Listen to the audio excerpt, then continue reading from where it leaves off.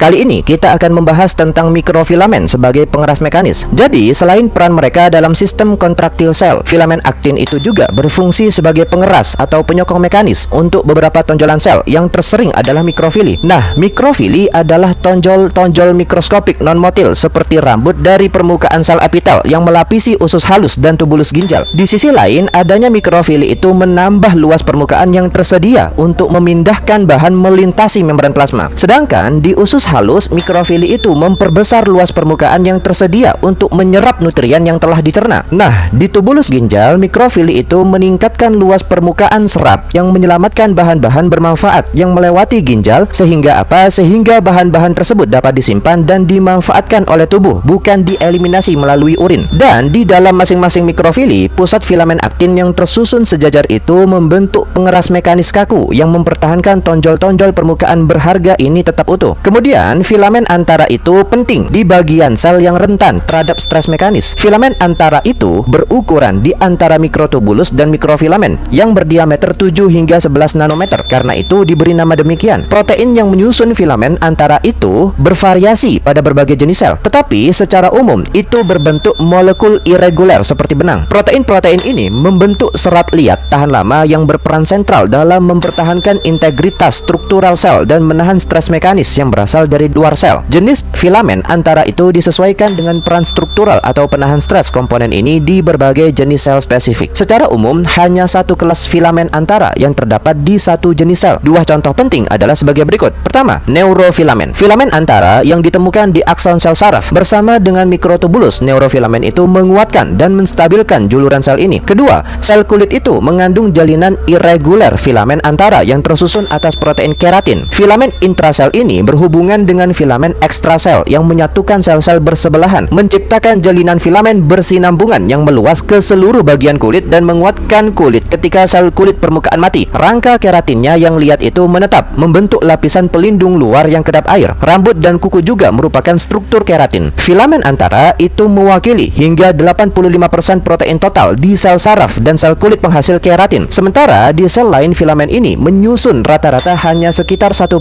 protein total. Abnormalitas neurofilamen itu turut berperan pada beberapa penyakit saraf. Salah satu contoh penting adalah sklerosis lateral amiotrofik atau amyotrophic lateral sclerosis atau disingkat ALS yang lebih dikenal sebagai penyakit Lou Gehrig. ALS itu ditandai dengan degenerasi progresif dan kematian neuron motorik, yaitu jenis sel saraf yang mengontrol otot rangka. Penyakit awitan dewasa ini menyebabkan hilangnya kontrol otot rangka perlahan-lahan, termasuk otot-otot pernafasan, dan akhirnya menyebabkan kematian, seperti yang terjadi pada legenda Lou Gehrig. Salah satu problem dasarnya dapat jadi ialah akumulasi abnormal dan disorganisasi neurofilamen. Neuron motorik yang memiliki neurofilamen terbanyak adalah sel yang terserang paling parah. Neurofilamen yang mengalami disorganisasi ini diyakini menghambat transport aksonal, bahan-bahan penting di sepanjang jalan tol mikrotubulus, sehingga pasokan vital dari badan sel tidak dapat mengalir ke terminal akson.